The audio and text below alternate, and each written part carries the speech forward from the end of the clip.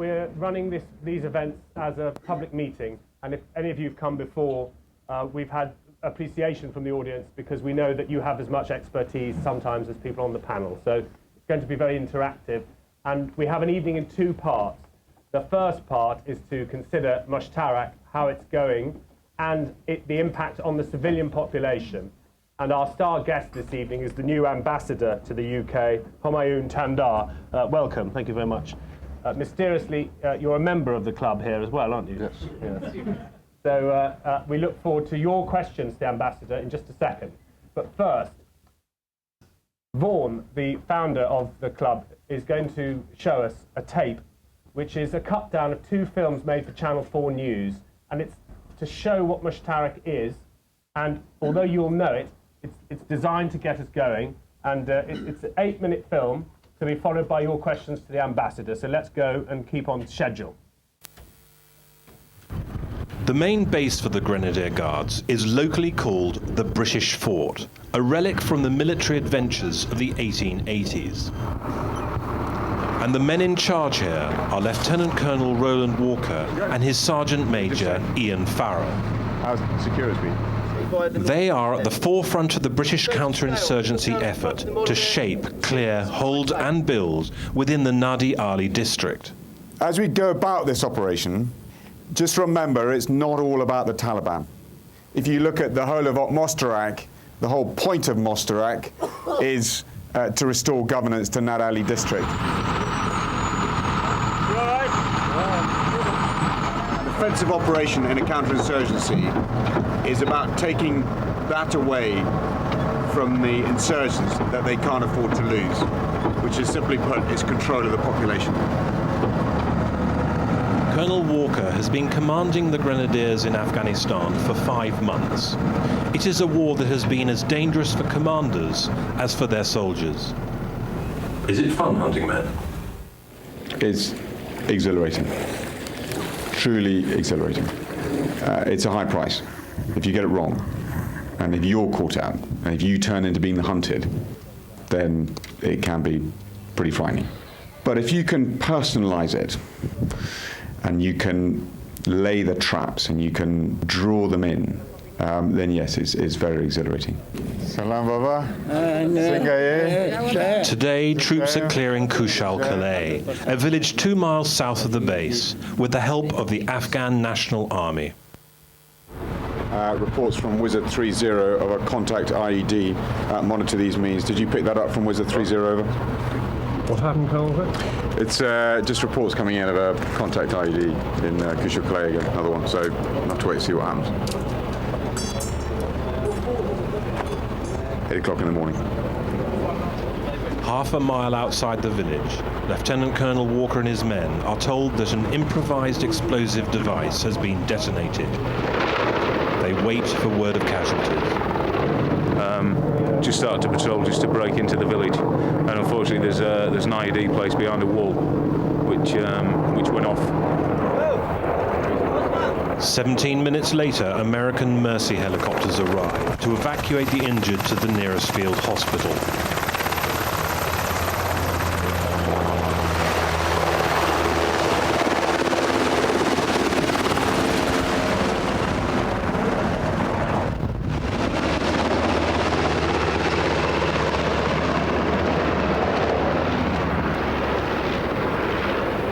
Three Afghan soldiers were killed by the roadside bomb, and 1 British and 2 Afghan soldiers were lightly wounded. We're just trying to get the engineer, sort of high research team down to clear that junction, because we know it's had IEDs before. Clear that junction, and then we're going to blow all the compound walls, the low compound walls, so they can't put anything else behind them. The soldiers believed that the booby trap that caused the Afghan National Army, or ANA, casualties was armed by the Taliban only the night before. What you got?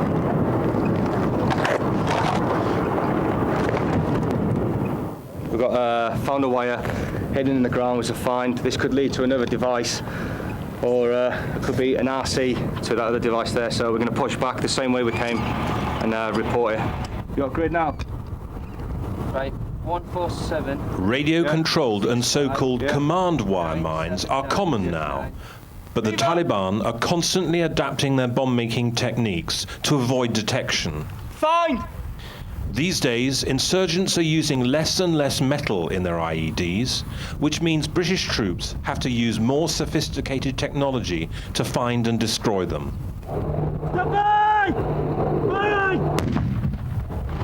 We can search when we find IEDs, we can neutralise them, make it safe for our guys to come through. It's a risky business, but we have philosophies and principles and SOPs which reduce that risk as much as we can do. SOPs that are basically written in blood over years in Northern Ireland, people who've been killed, things we've learnt from previous devices about terrorist tactics. On the junction where the Afghan soldiers were killed, the bomb disposal unit found 3 other devices. Each costing just a few pounds to make, the operation to remove them took 8 men 3 painstaking hours, using millions of pounds worth of equipment.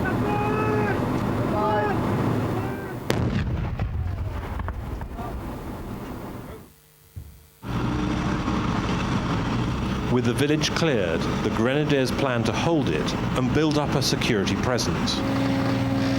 Within 36 hours, compounds have been constructed and locals are invited to a meeting, a shura. Hosted by the district governor, Habibullah. Можно факат пошпорим мяч китайцы зандыш карак чумур таракам халыгы. Ахал бу сестревним кальтеркой заходит шейним я хашта продабла хаштейши. This is the beginning of governance being reasserted into this area, and that's what this is about. Much I'd like to think it's a straightforward military operation. It's about the governor getting it to his people. For showing up to the shura, the villagers are given blankets, radios, and Wellington boots. Within a week, most of the soldiers will have left, to be replaced by the Afghan police.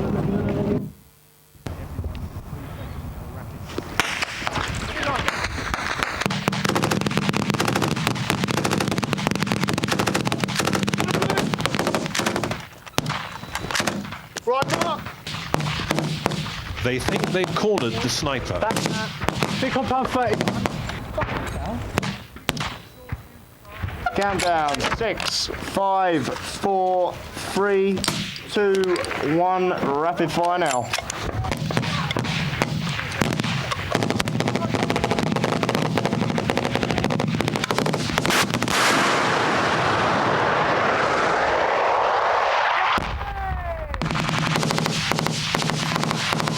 All those with a smoke grenade, we're going to use this irrigation ditch to the front, and then we're going to peel off. You want that boss over? Smoke into the ditch in front!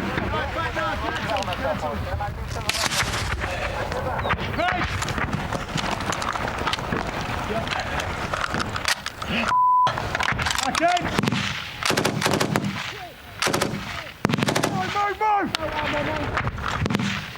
Move in! As they move out, the Taliban shoot at them from a new location. Down, down!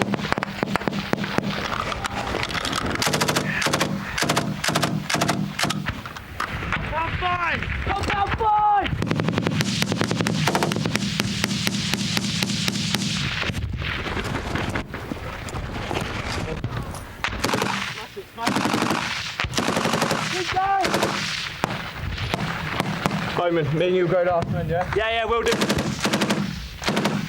I think that's From the north! From the north? Yeah! Stay back, are you? Right, boat, on the move. Go. Go on, mate. Go. Let's go. On the move. The Taliban response is much stronger than they expected. They are now getting shot at from many directions.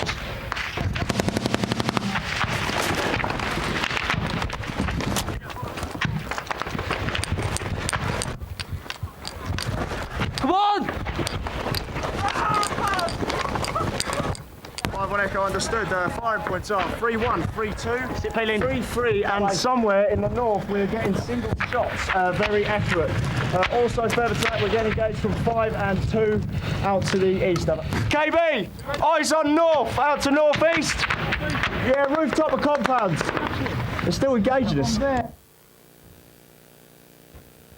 Well, many of you in the room will be familiar with this action. Some of you have fought there, some of you have filmed there, and I want your questions in just a second. Vaughan, is there a sense from the people you were there with that this is any kind of an end, or that this is a relentless war, 8 years in, and this is one of many operations? It's called Moshtarak now, but we're going to be reporting here for years on similar operations.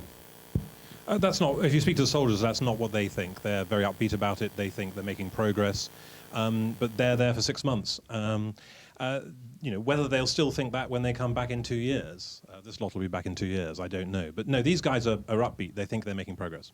Right, okay, and you're going to join our panel in just a second. Ambassador, when you see these images in your foreign troops in your country, what do you think?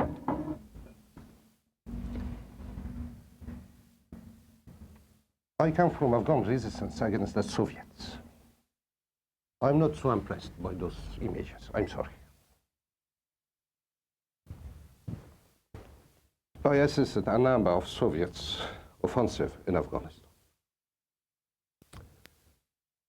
The operation in Marja, sorry for my English, my Pashto is better. This is just the third major offensive in Afghanistan since November 2001. The first one was in Panjwari. I think this was in summer 2006, which was a defensive operations. The second one was last year in Garmsir. And this one is just the third one. I think in 10 years, third major operation is not a lot.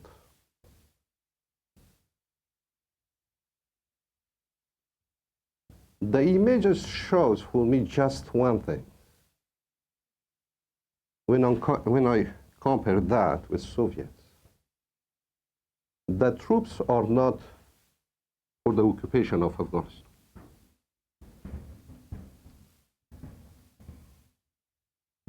Also, there is some interesting events about the nature of the Taliban. We were interested during the resistance against the Soviets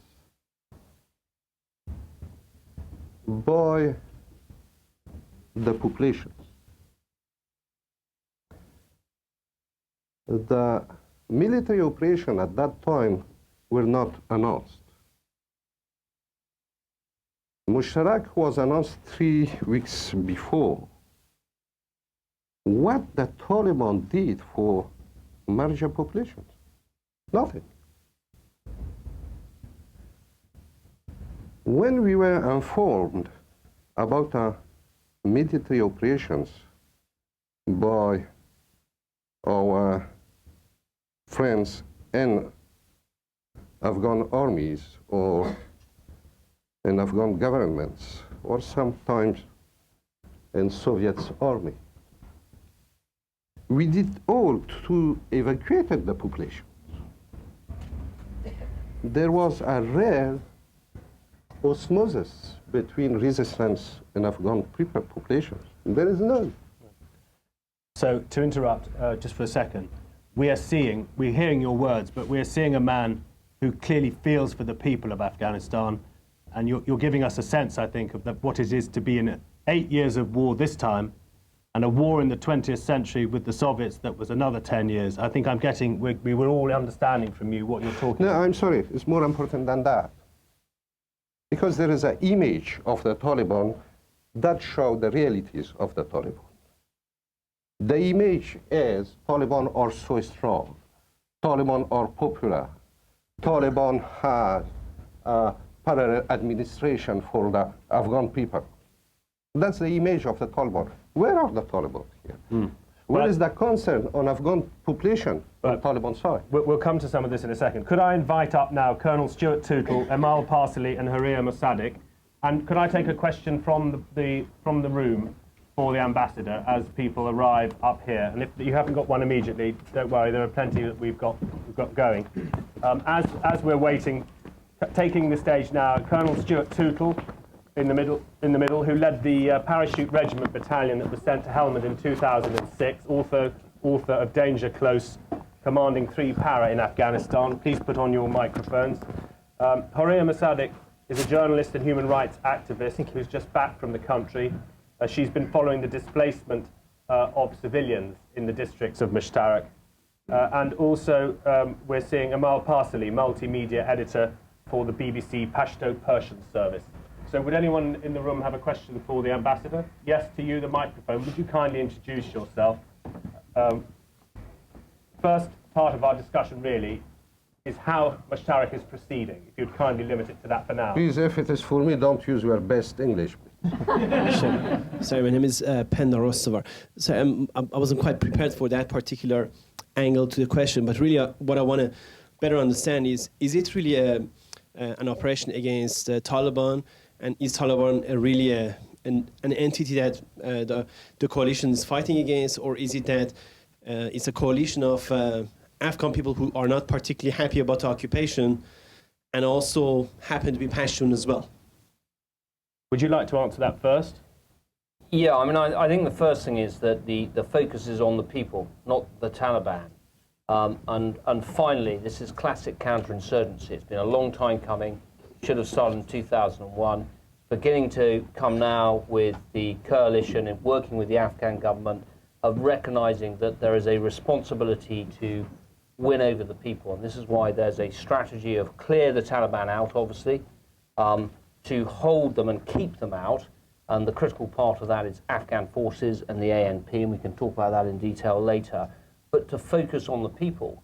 To answer the second part of your question, which is, I think, who is the enemy, it's pretty complex to describe that. Yes, there are hardcore Taliban fighters who I think do very, very little for the Afghan people. I think I'd support the ambassador's comments that you saw on the video.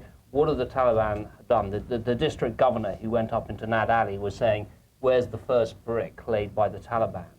But it then links back to this important part that this is about governance, it's about providing justice for the people, it's providing security, it's providing economics and jobs. And all of that and the advancement on those lines of developments will be the critical barometer of success of this operation. And Horia Mosadiq, what is the displacement of civilians? What is the impact of civilians? What is the support from Afghan civilians for Moshtarak?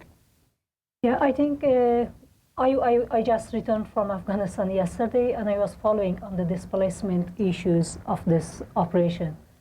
There were like thousands of people have been displaced due to the Moshtarak operation from Nadali and Marj districts in Helmand Province. Some of those people who were displaced, they were put in some like camps in Lashkargah, which is the capital, provincial capital of Helmand, and some others went to other provinces, and also some other families like went to their relatives. I had the chance to interview some of those families, and first of all, yes, it had a huge impact on civilians, particularly people have lost their livelihoods, and they had to flee the area. And also I met some of the families who were talking particularly that how Taliban were forcing civilians not to leave the area. And they wanted to use a human shield for the operation. And this is what, when some of them were telling me, they had to escape in the dark night, and they were walking all the way from Nadali district to Helmand, which took them a long night. And there, once they received to Lashkargah, again, they didn't feel safe enough because, again, they were feeling that maybe they are harassed by the Taliban. So then they had to flee further and come to Kandahar, and some of them to Kabul. So this is like a huge impact, but at the same time, some of those civilians also describing to me that how the whole area was covered with IEDs, which are like intrusive explosive devices by the Taliban, and it also took some civilians' lives when people were trying to escape the area. So your report for us is that this operation has got a long way to go if to win over civilians. to win over the population. This operation has not done that yet. That's your report to us. I think it's really difficult to say that, but of course it had a huge impact on civilians. Can you answer that, Emal? Yeah. I don't think any military operation will win over local people. As far as what the Taliban has done for the people, local people are not expecting Taliban to do anything for them. In fact, during their 7 or 8 years of government, they have done nothing. And people do understand that they can't do anything. But what the Taliban has done to the people is security. Afghan government and NATO has failed to provide local people with security. And the security is the main thing for them. So once the Grenadier Guards have left where Vaughan was filming, what happens to those tribes, to the people in the village?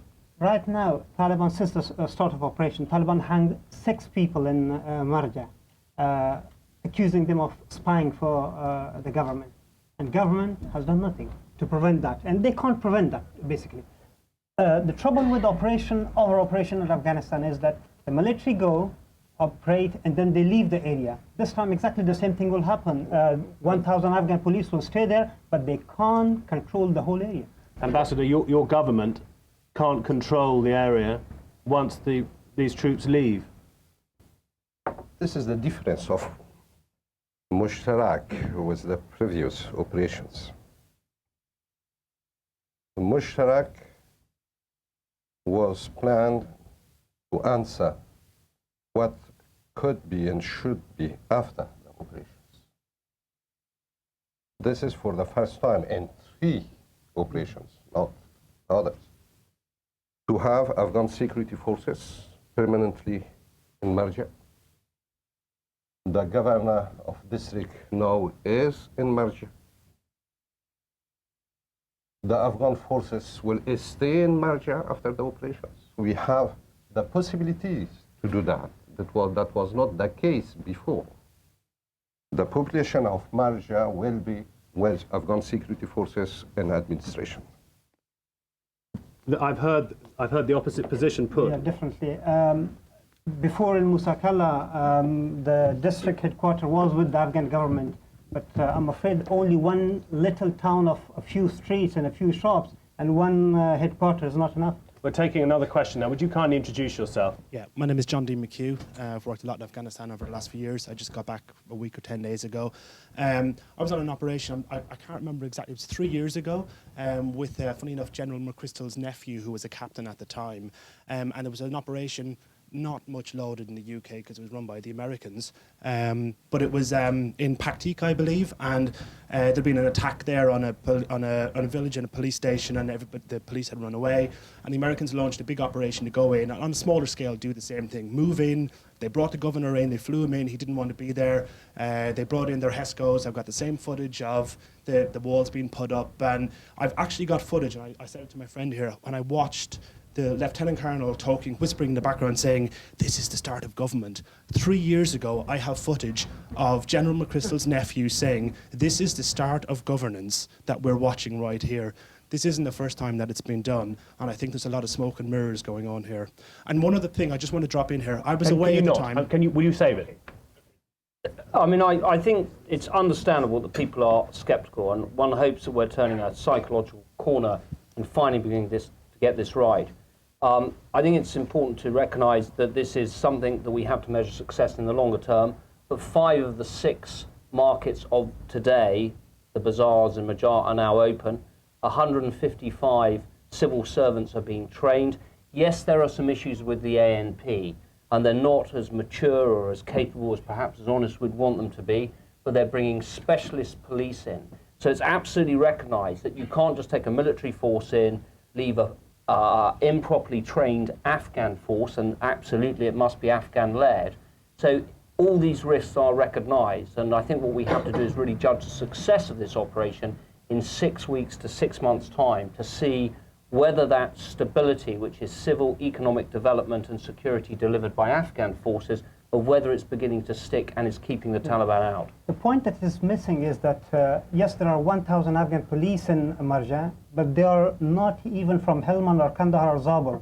They're from other provinces of Afghanistan, And as long as local people are not involved with the security, you cannot bring security to that area. Well, our friend who asked the question is nodding. Are you being reassured? No, I'm not. I'm just agreeing with the fact. I know these police have been brought in, these super gendarmes or whatever they're called now, have been brought in from elsewhere. Sorry, 2 years ago, what was the debate with the international forces in Kabul? The debate was the size of Afghan security forces, particularly the army. The idea in international presence was just 55,000 Afghan soldiers. We can't do anything with 55,000. Now, after the latest London conference, everybody has agreed for the Afghan security forces size is 300,000. We can do now. It was not possible to do it in 2007 for the material reasons. For the others, we have to know what we want for our country. We want a local police, we want a national police. We want a tribal militia, we want a national security forces. The state has a number of instruments to create the nations. Army, security forces, administration, schools, and university are part of those instruments. If you are for a tribal militia, why not?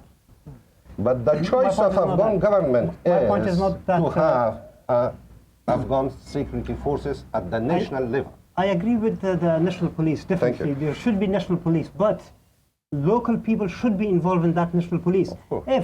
If you count the Afghan police right now, I believe 5% of them are not from Helmand. 5% is much more. Now, all of us in the room have come, I think, to answer one question above others. Is this operation different in its intent to what you've been describing? Our friend in the front described similar scenes. We know that Operation Enduring Freedom, I think, began in 2001. That was the first operation. Well, it has endured, isn't it? But the question we want from you on the panel, if I may say, is we want a briefing from you. Is this different in intent? And maybe you can all answer that. I'll start with you, if I can, Stuart Tootal. I think it's very different. First of all, you're looking at 14,000 troops, and that's both Afghan, US military, and also British and some others as well.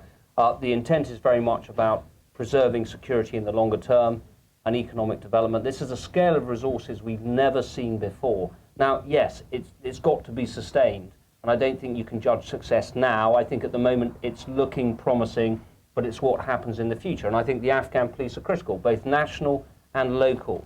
And the local element of the Afghan National Police has not been a success story. But there are efforts in place to try and improve that. I think we need to temper our enthusiasm, because I'm an enthusiast about this, but I think we're finally on the right track. Certainly in 2006, and I think, Ambassador, you mentioned the operation in the Panjshir, which we weren't able to support because we were too busily involved in fighting and holding isolated outstations, and that was a failed operation because it was one Canadian battle group who went in, did some fighting, and then left. This is different. There has been relatively little fighting, and it is about going in and having an enduring effect. And there are questions. This has to be repeated elsewhere. This is the beginning of something that is going to take a long time to begin to stick, but the direction is finally the right one to be following, and the resources are available to lead to success if we hold our nerve and we keep our commitment, both working jointly on the political side back here, and of course, absolutely importantly, with the Afghans in Afghanistan. So we'll move on to the likelihood of success and take your questions after I ask you, Horia Mosadiq. We've heard from Stuart Tootal that we're on the right track, but 8 years after this particular war began, and in the middle of, or 6 weeks into this operation, what is the stomach for Afghan civilians to support foreign troops in the country? How do you judge the civilian population with this complicated election position that we'll come on to perhaps? How do you judge the whole hearts and mind question? I think the bigger question for many Afghans are that, at least for the past few years, they are always hearing mixed messages. Mixed messages from the international forces and community, mixed messages from the Afghan government. And unfortunately, from one hand, there are big military operations that they want to clean up the area from the Taliban. From the other hand, President Karzai comes with a proposal of negotiating with the Taliban. Simply, it puts people in such a huge dilemma. When I talk to some of those people in the community, they were saying that, we can just take the lead and kick these Talibans out of the villages. But from the other hand, if the Afghan government and international forces are talking about negotiating with the Taliban, tomorrow that Taliban commander will be back as a district governor or maybe someone else. Then he will kill me and my family. I can't have two enemies at the same time. So this is one of the big things that I think for the past 8 years, Afghan people have never heard a honest answer, neither from their own government nor from their international partners and alliances. Are you nodding? Because this is your government that won't have given an honest answer, Ambassador, if you are nodding. No, it's two different things. One is integrations, the other is reconciliation. We are more optimistic about reintegrations, which means to have conversation with local Taliban. They are really Taliban, I'm not sure. There is for a number of reasons they are there. The reintegrations means to give them the possibilities to have a correct life in the villages. It's not to become the Afghan kings. That will start very quickly, and we are optimistic about that. So can I ask you, is that the point here that Stuart Tootal is saying it's massive resources that we haven't had, and you're saying it's a new tactic of reintegrating Taliban, talking to them, paying them, frankly? No. There is no question to pay them. We have the experience of that with Afghan Mujahideen. We have exactly the same process. The DDR, which was disarmament, demobilization, disagreement, reintegration. That was just to help them to have economical activity. But in shorthand, what we want to know in the room is it different this time because of the reintegration policy? You deny it's being paid, but you're saying reintegration is crucial to the success of Moshtarak. Not just for the Moshtarak, for other operations will come in 2 years or next year. So I don't know. We have a question from the floor. Please introduce yourself. My name's Paul Pickering. I travelled in Afghanistan in August and September last year. What I found was that the Taliban were the villagers and the villagers were the Taliban. And there was hardly any difference. You are not why is it that you can't talk to Mullah Omar? Okay, that's your question. Are the Karzai drug interests so entrenched, especially in this particular area? Right, and that's your allegation as well. So bear with me, let's split that up. Why can't you talk to Mullah Omar, or are you already talking to Mullah Omar? The question are not so easy, dear friends. Do you know what is Mullah Omar? Mullah Omar is Amirul Mu'mineen. Do you know what those mean, Amirul Mu'mineen? No. Do you know how Mullah Omar became Amirul Mu'mineen? What's the procedure in Sharia law? Are you sure Mullah Omar is ready to have the reconciliation? No. I'm sorry to say that. Amirul Mu'mineen is the commander of believer, something like that. But he believes now in peace, presumably because the Afghan government is saying that they're ready to talk to him. And the locals believe he can guarantee law and order, where that sort of fascist nonsense doesn't. Okay,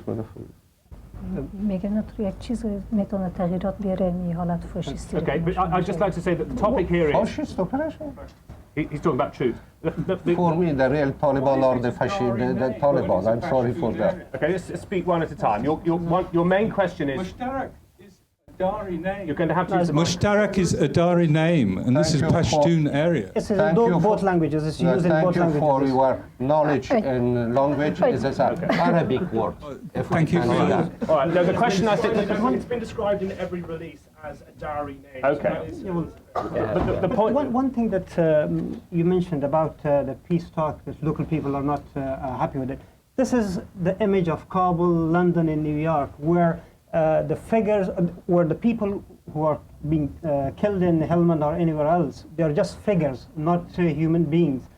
When you speak to the people of Helmand, they don't care who the Taliban are. They want peace negotiation with them because they know that with the weapon, whatever army you can bring, you cannot bring security to that area. Right. So is this your briefing to us? The combination of Stuart Tootal's security measures, the extra forces, with a policy of reintegration and talking is the difference here? Is the difference this time? This time, apparently or allegedly, with more force, Taliban might be encouraged to come to the negotiation table. If that's happening, then that's the best option. I think we also need to remember that, Taliban is a convenient label. There's no such thing as a monolithic grouping. Yes, there are some hardcore fighters led by Mullah Omar and his lieutenants, and the association with the Pakistani Taliban as well. But and this was a comment that I think the gentleman made over there, that one of the impacts of what happened in 2001, there was disenfranchisement of the Pashtun majority, 43 to 47% of the population, depending on which particular report you read, and a large section of that society felt they'd been disenfranchised, felt they didn't have the right influence in Kabul. And the reasons for running with the Taliban and sometimes fighting them well, it's many and varied. Whether it's for simple farmers who are fighting for economic reasons, for fear of their crops, whether it's for tribal dynamics. And this is actually something that lends itself to reintegration because there are different negotiating standpoints. And I think your point is very legitimate, that you've actually got to work with the local grain and culture of history for each particular area, and that will change from place to place. Will you answer Mr. Pickering? Is that right? I beg your pardon? Is it?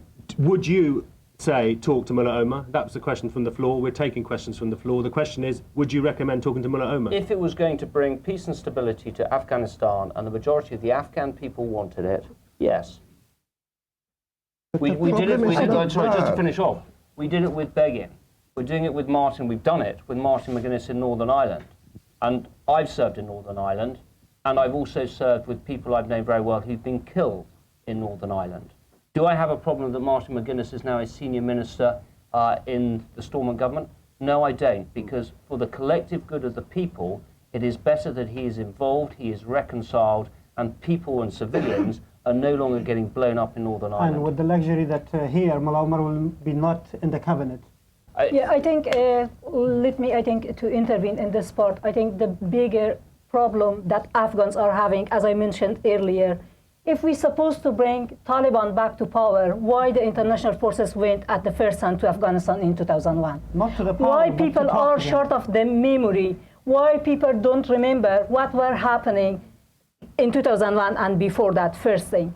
And second, when we talk about negotiating and, reintegration with the Taliban, it offends me as an Afghan, and it just reminds me of the Bonn Conference when a bunch of expatriates and international people sat together and they had a definition of good human rights abusers and bad human rights abusers. And this is exactly what's happening now with good Taliban and bad Taliban. But there have to be conditions. Yeah, absolutely. But if there are not any demonstrated commitment towards human rights issues in Afghanistan, and if the Taliban, and also when we talk about the Taliban, which Taliban do we talk? And Horia, do you accept, even though you've made this very clear case that these are women-hating, vicious Taliban, you don't like them, but do you understand that Moshtarak, it's going along with a policy of reintegration? Do you understand that that is the case that's different this time, although you don't like them? Is it true, so we can all go away educated tonight? Is that what's different about Moshtarak? Extra security plus a reintegration policy. You don't like it, but it's there, it exists. I don't think that neither the Moshtarak nor any other military operation or whatever policy will bring that to Afghanistan. But is it happening? It is based on our experience, what we have learned from Pakistan.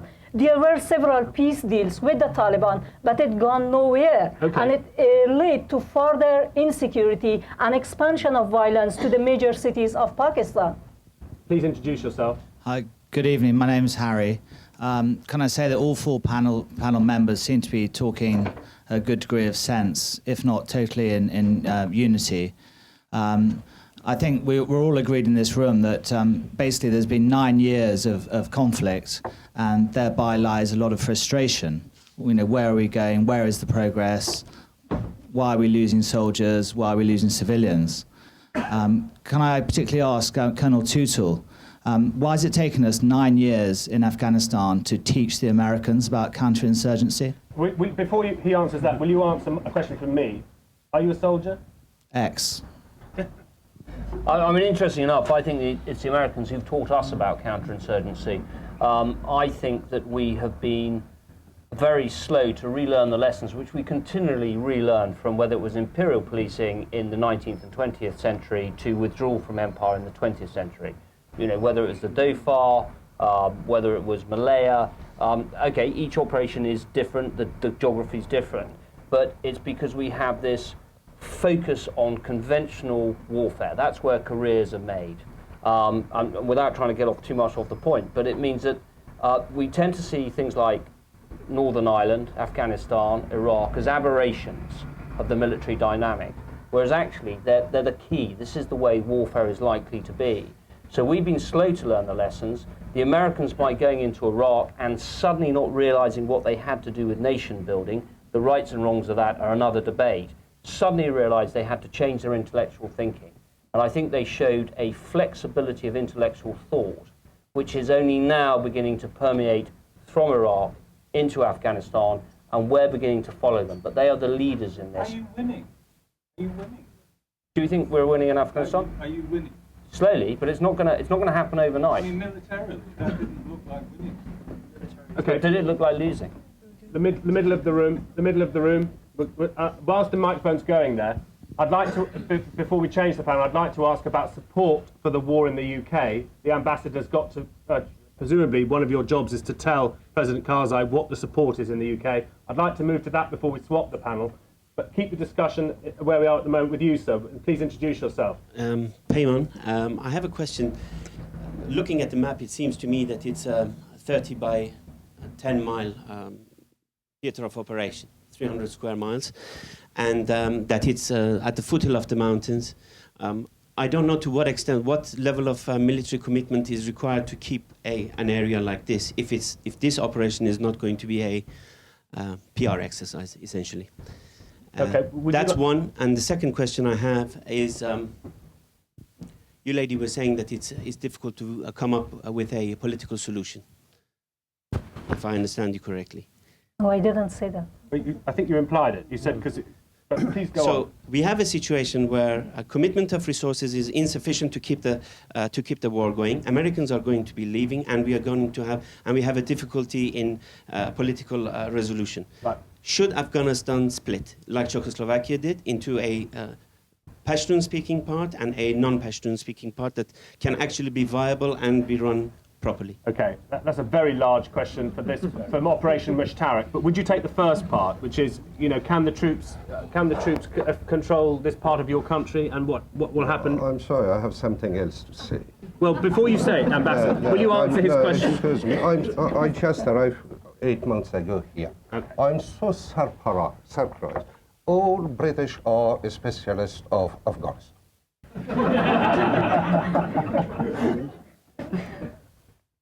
This man, he is a specialist of Pashtun. He knows deeply our languages. He knows perfectly Moshtarak is not an Arabic word, but a fascist word from Persian to Pashto. Send a bad telegram. All right. That's the real problem here. I'm sorry, but your vision on Afghanistan is a past vision. Expired vision. Expired vision. Absolutely. Expired view on Afghanistan. So we're fighting there and we don't know what we're talking about. You are in Helmand, I'm sorry. Afghanistan is more than Helmand. Helmand is one province among 34 in Afghanistan. And you are not everywhere in Helmand. Sorry to say the right. I'm sure. Britain is not just in Helmand.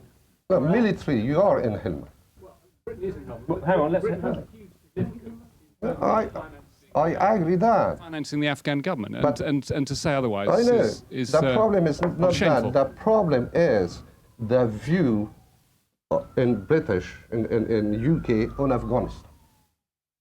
Afghanistan now is a dynamic society. More than 65% of Afghans are under 25 years old. They don't think as my father. They don't think like me. They have new inspirations. The Afghani culture is a dynamic culture. We had more than 6 million Afghans during the fight against the Soviet outside of our country, in contact, in link with other culture, other people. We are more open than 19th centuries. It's totally different. Please accept the new dynamism in Afghanistan, accept the new society in Afghanistan. In Helmand, there is some particular problem. I agree with that. Right. Okay. I'm so encouraging by Moshtarak, but Afghanistan is different. Question from the floor, and then we'll ask about the UK. Thank you. My name is Chris Coverdale. I want to ask a question about lawfulness of what is going on in Operation Moshtarak.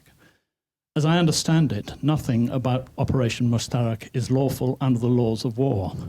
Nothing about Operation Enduring Murder has been lawful over the last 8 years. So what, if anything, is anyone in the Afghan government or the occupying forces doing to uphold and enforce the laws of war? Stuart Tootal, do you want to take? Yeah, I mean, I'll be pretty clear about this. I've served at the start of moving into Helmand, and I've also watched how other British forces have done a really good job, and the Americans as well, and I think all of NATO. We are compliant with the Geneva Convention. I've seen my soldiers take personal risk to avoid civilian casualties, and I think we sometimes took our own casualties to do that, which is absolutely ethically the right thing to do. I've also, if you let me answer the question, please, just please give me the courtesy to answer your question. I've also seen at first hand the brutality of the Taliban and what they do. And yes, of course, there is the tragic consequence of war where civilians will inadvertently sometimes be killed by NATO and Afghan soldiers because a bomb goes offline, or perhaps the planning isn't quite right. But I've also seen the consequences of children deliberately brutalized by the Taliban, or a school teacher with their head removed from their shoulders. And there's nothing inadvertent about that. That is pure terror. And yes, there's sometimes the, if you really want to go into the ethics of just war, the greater good. But I passionately believe that what NATO is doing right is backed by a UN mandate, 43 nations. We are not the Soviets, we're not the Imperial British Army. This is a coalition operation which is for the good of Afghanistan, invited in by the Afghan government, for the good of regional stability and indeed international stability. And I believe, despite the fact that there are sometimes horrible mistakes, which every effort is made to rectify, that British soldiers, American soldiers working with Afghan security forces are working well in accordance with the rule of law for the right ethical reasons. Okay. Now, I just record for your benefit that you're shaking your head and you don't agree, but in the interest of time of all of us, I'm going to move on. Your question and then mine, and then the panel's changing. So to you, would you introduce yourself? Hello, my name is Sasha Kipfeling, and I do have a question to the whole board, which is, I'm kind of somehow amazed that after 9 years of war now, the concept of reintegration of the Taliban comes up. And my question is actually, what was the initial concept, what was the initial strategy of the war, and about how many Taliban are we talking about, and was the initial strategy to get rid of all of them and by killing them, or what was the strategy actually? That was the problem from the beginning, that everybody thought that because we won the war against the Taliban, so let's kill the whole lot and we will be okay. But the trouble in Afghanistan is, whether this time or in the next century, the Afghan history shows that every century there's somebody in Afghanistan fighting. So whoever goes there with fighting, they cannot solve the issue.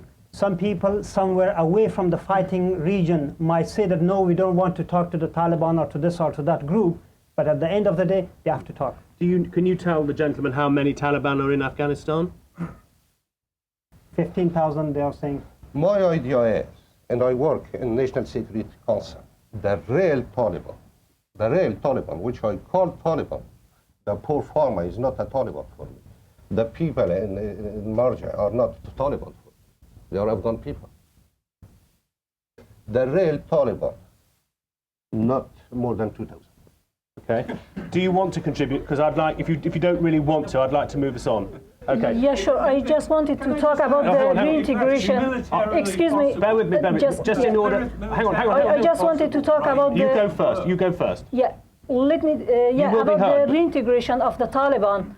This is not a new process. Since 2003, there is a commission called National Solidarity Commission, headed by Sibghatullah Mujaddidi, and he is leading that commission for reintegration of foot soldiers of the Taliban. And these Taliban are receiving some cash and some support, and they have to sign a document. I have been there, and I have been monitoring that process for a well, you're arguing about it, but I'd just like to ask you to... and then they have to sign a document which says that I will not fight against Afghan government and its international alliances. Yeah. But I have seen some of them have signed the same documents few times. Okay, forgive me for interrupting you, but time is tight. I do hope you feel you're getting your points out, even though it sounds like I'm interrupting you. I'm just trying to keep us on message. Would the room agree that you've all come here, this is the blurb, what is the likelihood of success? Clearly, if the British and Americans leave, there's no likelihood of success for this operation. You could argue lots of other things. I'd like to ask you, what do you think is the support in this country for troops to remain fighting Moshtarak, fighting anything else? You're the guy who's got to tell the president, where do you think the British are on how long to remain? What the president wants and what we want, all Afghans, is to see the end of international military presence in Afghanistan. Someone said occupied forces. If 1 second I'm convinced that international military presence in Afghanistan is for the occupation of my country, I will be in Afghan mountain, not in land.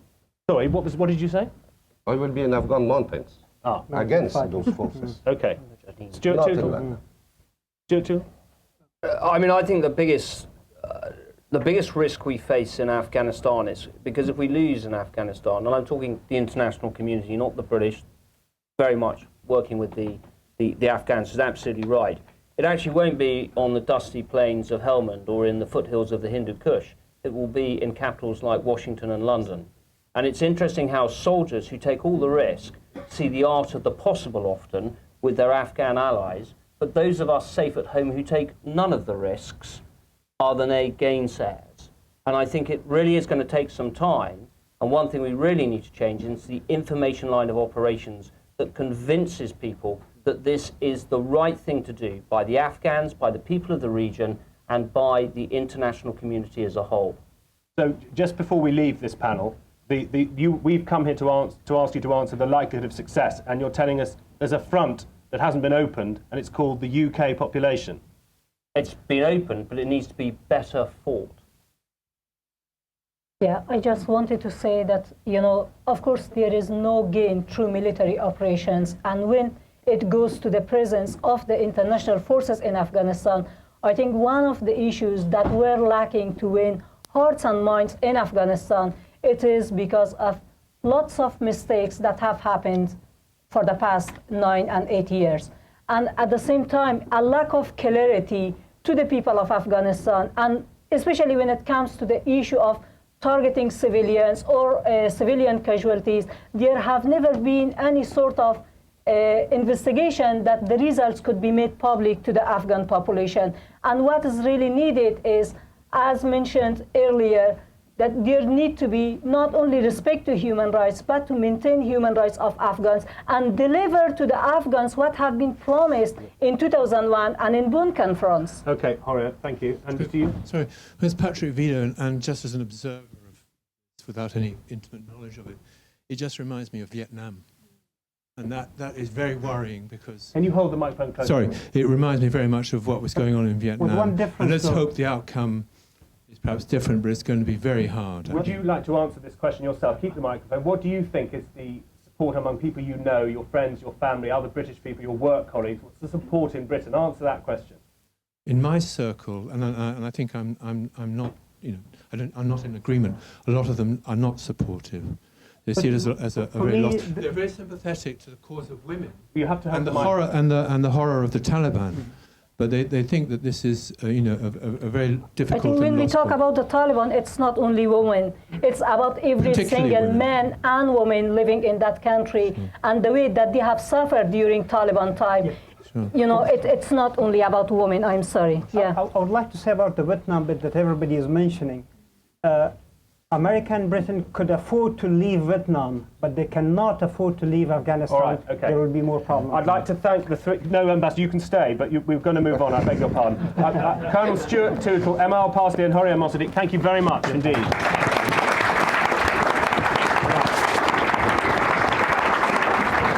Okay. Vaughan Smith, Stephen Gray and Major Simon Bergman are joining us to discuss the media. That's you lot. Largely in the room, and the ambassador will stay. Would you like to come in this order? That's Stephen Gray, who's brought a tape for us to see. Vaughan, who's already brought a tape for us to see. And Major Simon Bergman, who's on the end, hasn't brought a tape for us to see. So this question is, to what extent are we getting a true picture of the situation on the ground?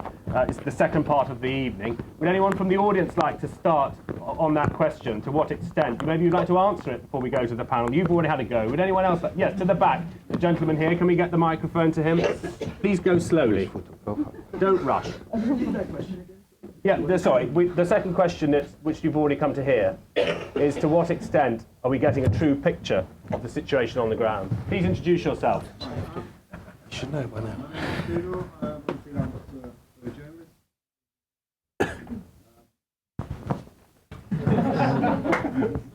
Would you perhaps they brought a tape. Will you bring a microphone next time? Hi, my name's Stuart Tootal. I'm a photojournalist freelance. I've been to Afghanistan, just come back, but 2, 3, 4 months ago. I'd like to ask the media, when was the last time you reported a good news story from Afghanistan? I was there 15 years ago. I saw it when Rubani was in charge. It was a nightmare. I went back recently, after 15 years, and Kabul is completely different.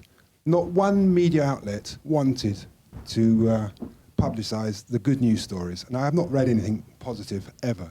I mean, there were reports about girls being schooled. There were reports. Yes, and I've got photographs of that. But there have nobody wants to publish them. The reports from Operation Moshtarak have been almost entirely positive. Okay. But let me just explain. Major Simon Bergman was filming with the military. You worked as a media operations man with the military. Is that correct? Slightly. I'm information operations in Afghanistan on 3 separate tours. And you were in the army, yes, and you were in information. Do you agree with this freelance journalist that there was never a good story told by the media about what was going on? I disagree, and let me just caveat that. I think there's it depends.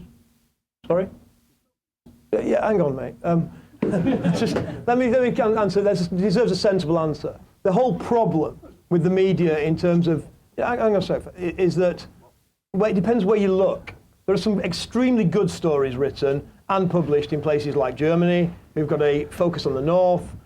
And just excuse me, I mean, because we're very focused, this conversation has been very focused on the UK media piece, on Helmand, which is only, as the ambassador says, is only a component of Afghanistan. I still do training with a number of soldiers. I had a Kiwi soldier a couple of weeks ago, a month ago, and we were talking about all these issues around things like this, and he said, I've just spent 6 months there. We did reconstruction projects. I never took my pistol or my weapon out of the holster. No, we did good stuff. And in New Zealand, where they were operating, great stories. So it depends where you're looking for that. So we're talking about the UK. Well, if you want to talk about the UK, I think there's a bigger problem, right? You're not telling the story of Afghanistan. And I'm not being critical, I've worked very closely. Well, the problem is you're telling individual stories. You're telling stories of soldiers, which is very important and very interesting. Well, you can use the microphone if you don't mind. Use the microphone. And maybe turn it on. We weren't there to do the military. I didn't want to do military because, every day we're awash with the military. We're, obsessed with the British military. I wanted to get behind the military, see the civilians, see what was going on, the real Afghanistan, what Kabul was like. Now, I was gobsmacked to see, that I could buy a jar of Marmite or a Porsche Cayenne in Kabul. Now, when I was last there, it looked like Dresden after the Second World War, the images that we've all seen. That's what it was like when I was last there. We've gone from one extreme to the other. Right, Vaughan, the evening began with a tape from Vaughan Smith. We'll move on from this, but the question is, to what extent are we getting a true picture of the situation on the ground? What's your answer to that question? Well, I mean, I think you've illustrated the flaws of the media generally, and so no, we're not. But this is complex. Part of the reason we're not is because it's very difficult to get access to a lot of the military side. Very few journalists actually get there. And in addition, a large number of the areas, it's very dangerous to go as a civilian and cover the other side. So, I mean, it's not entirely simple to address this. And Ambassador, do you recognise your country from the newspapers in this country and the radio and the television, Ambassador? Yeah. Yeah. No, Afghanistan has changed. I take just some example. At the beginning of 2002, there was no one commercial bank in Afghanistan. We have 17 today. There was no TV.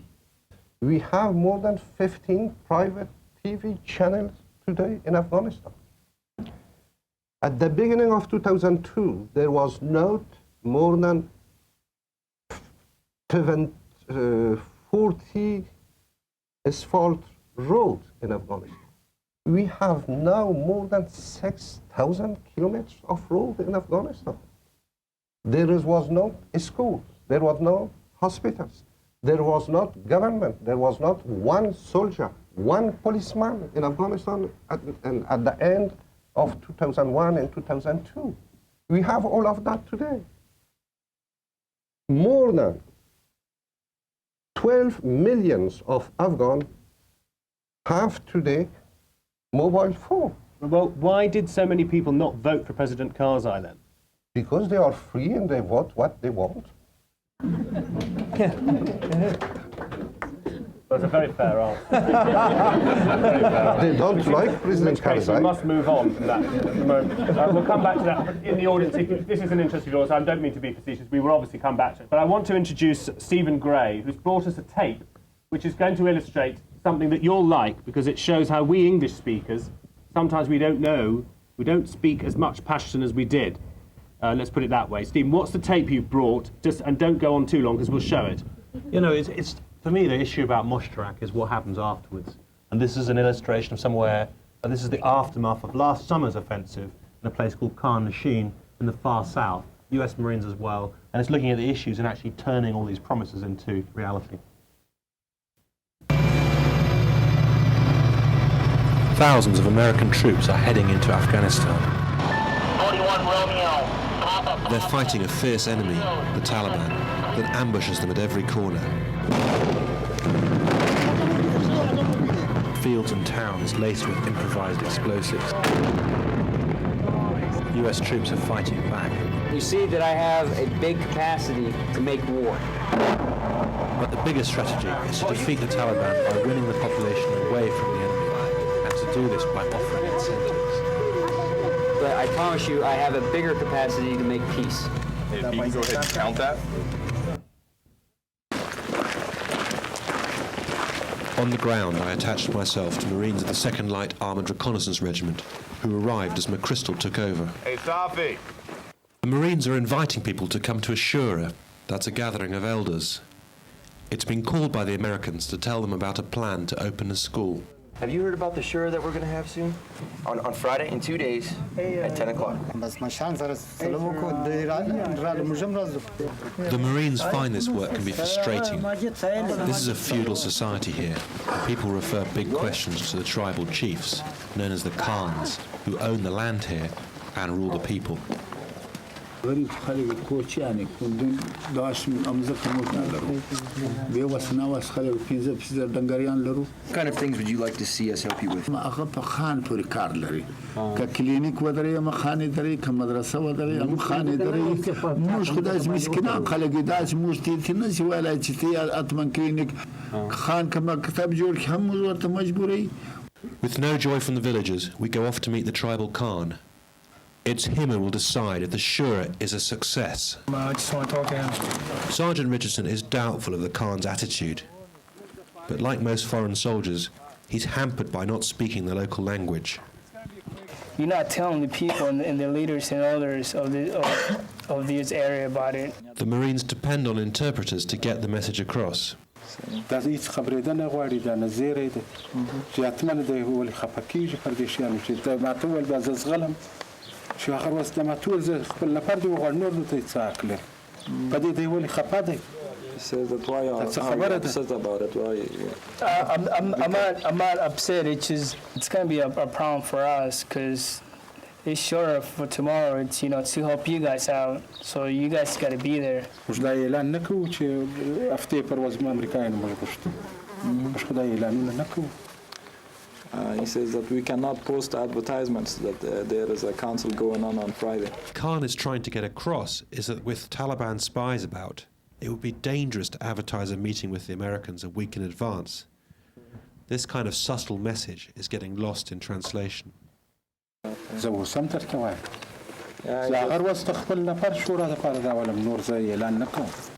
So he's saying a week. It's not a good time frame. Like it's not long enough. So is that what he's trying to tell me? I ask what people here really think of the recent arrival of American troops. وعده یې راکړې دی عمل کې تر اوسه شی نه دی ثابت. Back in Karnashin, at the Shura organised by Sergeant Ritchie's men, the elders and their tribal chiefs do turn up. I wanted to bring us all together here today, so that way we could talk about our issues. They explain their problems.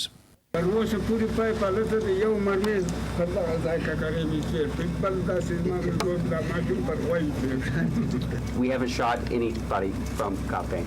We've never shot from Kapeng. You Captain get to trust Christopher us Connor tries to better, deliver the we American trust message. you better. But he doesn't realise that, due to poor translation, his words are not always getting through. You should know that the words that I speak are true. If I had evil in my heart, things would be a lot different, like when the Russians were here.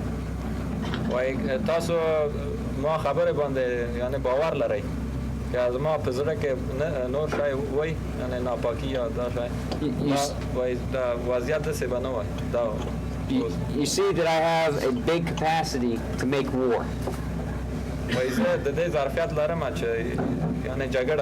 But I promise you I have a bigger capacity to make peace. The trouble is the translator is speaking in his native Persian, as well as trying to speak Pashtun. Unfortunately, half the villagers here only speak a third language, Baluch. If there are things that are a concern to you with bandits, criminals, drug smugglers, Taliban, then you should come to us.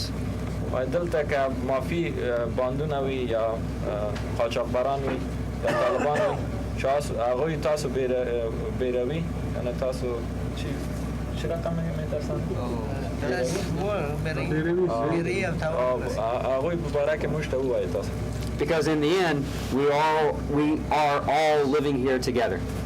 Okay. Wow. Thousands of American troops are heading into Afghanistan. Again. Well done. Thank you very much. So let's have some reactions from around the room first and then to the panel. Would anyone like to comment on that? The story is what's the message that we're receiving, and Stephen's introducing the great complications gathering any message at all, well, the microphone's coming to you, I think, here. I could just project. No, we're not allowing you to do that because there are people watching all over the world. Not many, but there are. Hi, my name is Scott. I've been working with the Afghanistan NGO Safety Office until recently, and I would like to say this. I could make comment on anything here tonight, but about this particular translation issue, one of my main things in the field is that I'm also a Persian speaker, and being able to talk to people directly in their own language, get through to them on their own terms, and the necessary cultural understanding that comes with that is vital. And one of my ongoing points for a while has been that Afghanistan needs attention, not just money.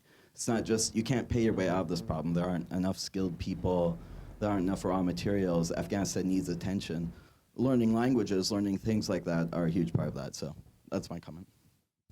I think my point is that I think what's happening in Marja is very impressive at the moment, and a great efforts are being made to win people over and to deliver real security for people on the ground. But it isn't easy, and there's a huge gap in competence, and to learn how to find out what people want and how to deliver it is a huge task. And sending in thousands of essentially untrained people into these areas who know nothing about the cultures, even if they try their best to do so, is extremely hard. So I think when people question why is it not working, why does it take such a long time to have success, then that's why I think it's important to realize quite how alien it is life to people here out in places like Afghanistan. Our question at the moment actually is, how are we getting a true picture of the situation on the ground? We've moved on to the media at the moment. Can I just say something about that? I think it's interesting. It reflects the McChrystal strategy, which is about Afghanisation in terms of the Afghan security forces, which gets around that exact issue. Because what you don't want is some American from Texas, and I apologise where he may be from, running that piece. You want someone from the Afghan National Army or the Afghan National Police Force running that piece there. If they speak Pashto. Well, again, it depends. But what you won't know is it's better than Texan. You know what I mean? In terms of that space. So in terms of, I think that's just my answer to that. And I think that brings us on to this piece about the media. We're very much focused on the British troops, the American troops.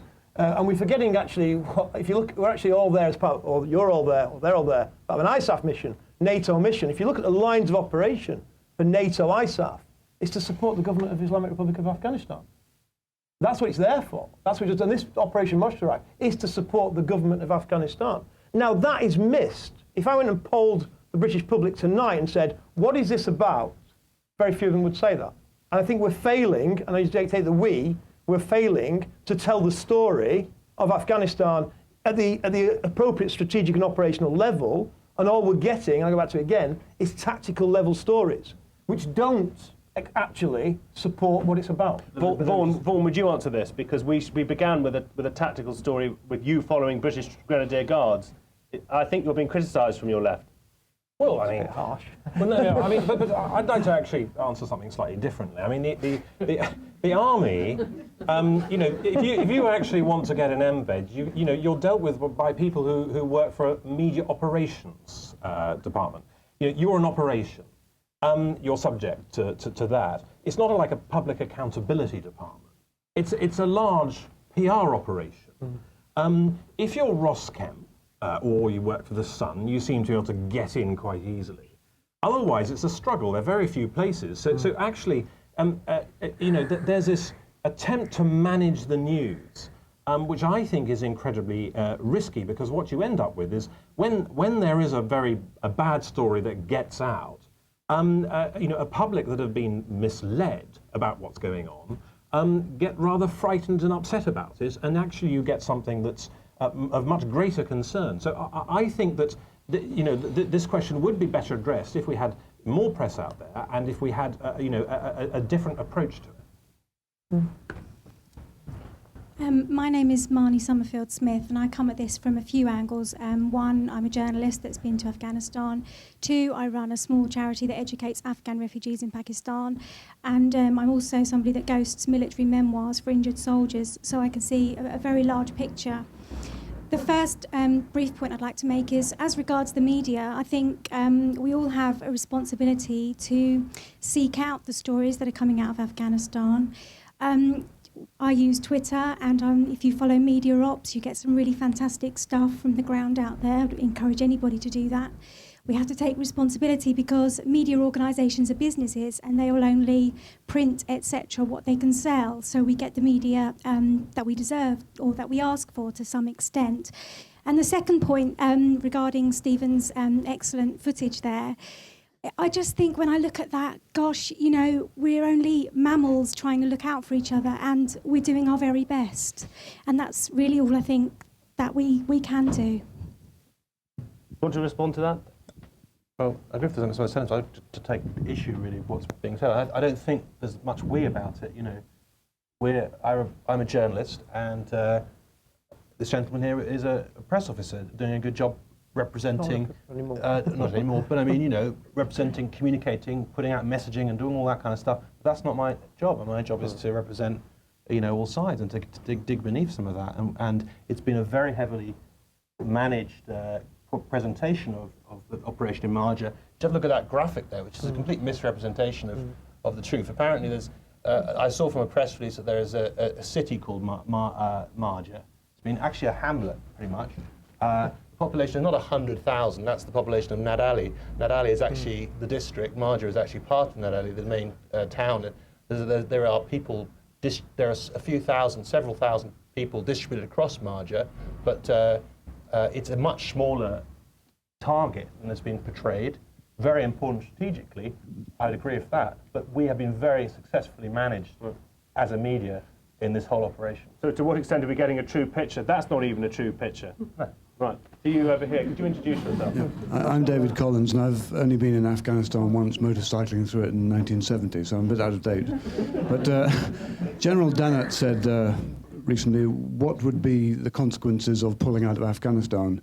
He said the end of the special relationship with the US, possibly the breakup of NATO, and lastly, the disgrace of defeat. Now, is that actually, are those three the reasons for the war, in fact? Well, that's good. Really, sorry, we'll give you... Boo humbug. Right, well, you can have this disagreement in public. We're all here to listen. Just if it was the reason for it, I think it would be very, you know, it wouldn't be a good, you know, there wouldn't be a great justification for the killing involved. Did you want to comment on that? There was a question like that before, so in the first panel. As Afghan, the Afghan representative, I thank you for what you are doing in Afghanistan. But please, I know what happened also between 1996 and 2001, when the Taliban was in power. I asked help. I asked support for Afghans. There was nothing. Nobody was interested by Afghans and by Afghan women or young people. You are also in Afghanistan, not just to help us, but to help yourself also. Don't forget that. You are not in Afghanistan because the Taliban beaten the Afghan woman. You are in Afghanistan because there was something called 9/11. That's the real reason. And if you come back without the stabilization of the situation in Afghanistan, particularly you, the UK, I can promise you some social troops in some cities. I can promise you a real operations on a number of UK citizens, particularly the women who are originally Muslims. Don't forget that. I'm sorry, Moshtarak is important. But when I watch the images, me as Afghan, I have also a number of dreams, and I wait a number of realizations as you are present. The images of those old farmers convince me that, please, help us to have a democracy in Afghanistan. This system doesn't work. Thank you. I've just got a quick question. Would you introduce yourself? My name is Charlotte Morris. I believe the question we're looking at is whether we're getting a true reflection of the operation. I'm interested to know if anyone can give us a picture of how the Afghan media have been portraying the current operation, and whether that is in line with the coverage that we're getting back here in the UK, or what the differences might be. Thank you. Right. Emal Pasarly's left the panel. Would you just answer that? Yeah, sure.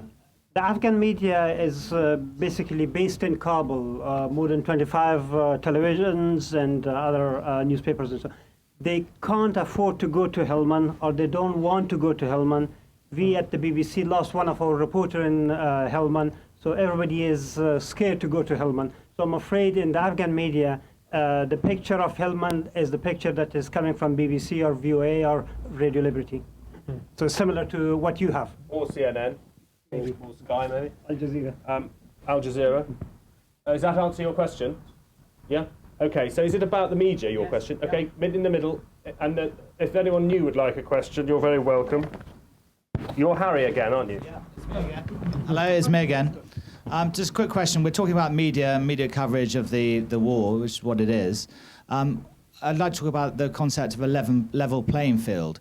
We have the concept of Western media embedding with forces and a loud announcement of what conflict is coming with Moshtarak.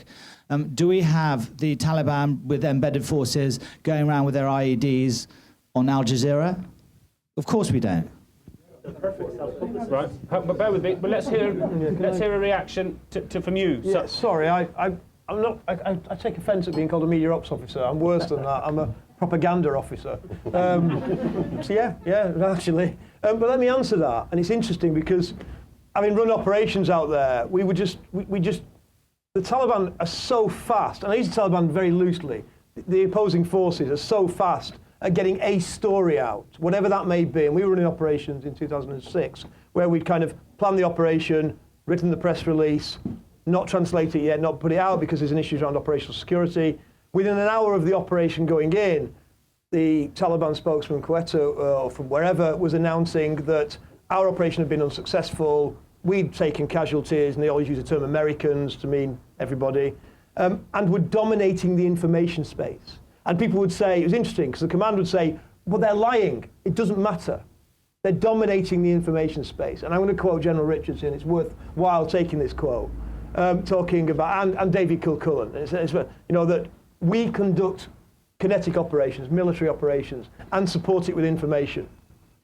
AQ, Taliban, whoever they are, they run information operations and support it with kinetic activity. An IED is not, and I've lost soldiers under my command to IEDs. IEDs are not about killing people. They're about having an influence effect, both in the local environment and in the more global environment. Guess who the target audience for the Taliban are? Not particularly the people in there. They're the voting publics in the UK, the US, and the other 26 NATO nations and the other supporting nations. That's the target. You are the tool they use. Who was the target audience? Fascinating. There's lots of discussion about the fact the time between the planes hitting was about the same time it takes to motivate a crew. All that kind of analysis has been done. Terrorism's about the media. You could argue to a degree terrorism depends upon the media to reinforce its effect. It's about frightening people. It's about shifting your political or whatever those objectives are. Okay, there's only 5 minutes left, so we're wrapping this up. If you've come tonight and you haven't had an answer to the reason you came, please put your hand. It would hate you to go away without having a moment. You've had a question, but you have not. So please, would you kindly introduce yourself? Yes. I'm Sonia Markova from Amnesty International, and my question is regarding the media ban on the live coverage of insurgency attacks that was introduced by President Karzai yesterday, I think, or today. And my question is how this will affect the coverage of the war and the true picture that we want to get. Do journalists on the panel know about this? Would you like to talk about this? You don't. Do you know about this? First I've heard. First you've heard. You know about it? Yeah, I mean, the NDS, the security police in Afghanistan, have announced that the ban on live coverage of Taliban attacks, like the attack in Kabul, we've had two in recent months. I don't think that most people in Afghanistan listen to live coverage of these events to such a great numbers, and I don't think. They do watch it. Yeah. But in terms of their impact on the population, and will it affect the people's impression of the war, I don't think it'll have much difference. It's not that what Afghan government is saying, that Taliban are watching these live coverage, and in fact they are coordinating their attacks through these live coverage. So that's, okay. I mean, all right. Is it? Sure. Yeah, I just wanted to say yes, on the day when the suicide attack happened, everyone was on their TVs. And also, I just want to comment to Mr. Pasarly that Afghan journalists were in Helmand, but they were not allowed by the Afghan police to go to Marja and Nadali. Yes, unfortunately, they were kicked off by the police, and some of them were subjected to violence and beaten by the police in Marja and Nadali districts. Everything is not done by President Karzai. Minister of Interior who said that, which is, we think, absolutely anti-democratic. Can you remember the first war, Gulf War? All information was controlled by one man, General, how was the name of the general? Franks. Franks. There was the democracy, absolutely, but in Afghanistan it is anti-democratic. Okay, we're in the closing minutes. Would you like to introduce yourself? Yeah, hi, I'm Major Gil Duncan, and I'm a media operations, so I am the devil. I was out recently with Vaughan on Moshtarak. To come back to the original question, are we getting a true depiction of what's going on in Afghanistan? I would say that's very difficult. We have a thirst and appetite in the UK for shoot-'em-up stories. When you try and direct respectable journalists to cover Shuras, they'll say they're up to here in Shuras. They don't want to interview the Afghan commanders, despite how competent they are. And I've been out there over a number of years now, and I've seen that fledgling capability grow. There were Afghan journalists on Moshtarak. They went into Shawal, and they were shown the IED finds, the IED factories there. There are other issues, difficult issues, in the stories we are able to run. There was one particularly about the burning of the Quran in Shahid, where I was, and that story was not allowed by Governor Mangal to be shown because it would be unbelievable that a Muslim would burn a copy of the Quran. So we were stopped from showing that story for quite some time. Eventually BBC did let it go. But the problem is, and as the chap on the right explained there, he who throws the first stone tends to win. So we're having to counter because we're not allowed to run with a story that is actually a very good news story, that this is not about, because the ANA do not believe that the ISAF are there to do an injustice to the Afghan people. It's a difficult place. Progress is not done by the wink of an eye, but it's actually the responsibility of journalists to show a true depiction of everything that's going on in Helmand. And it's not just about reconciliation, it's about a whole raft of other initiatives to bring the whole piece together. We're being, as a media, being put in a very uncomfortable position because, as these gentlemen have made out, the media is actually central to the strategy of what's happening. Moshtarak, I think, is significant because of the role that what they would call strategic communications has played in it. It's all about, I think it's not reintegration, nothing new. Maybe the numbers new, but absolutely central is this information, change the psychological balance of sense that Taliban are winning, create something with what success looks like, and it's all about the psychology, it's about the media. It puts us in a rather uncomfortable position because we are essentially become combatants in this. And you know, if we start reporting something that challenges this message that people are trying to put out, in some sense, we are automatically part of the enemy. Now, it's 8:30, and unfortunately, I'm going to end it there because we want you to know that these will always begin on time and they will always end on time. But on behalf of all of us in the room, I want to thank all the panellists tonight. I feel briefed. I hope as an audience you do. But can I thank you, and by proxy our other panellists, very much indeed for this evening.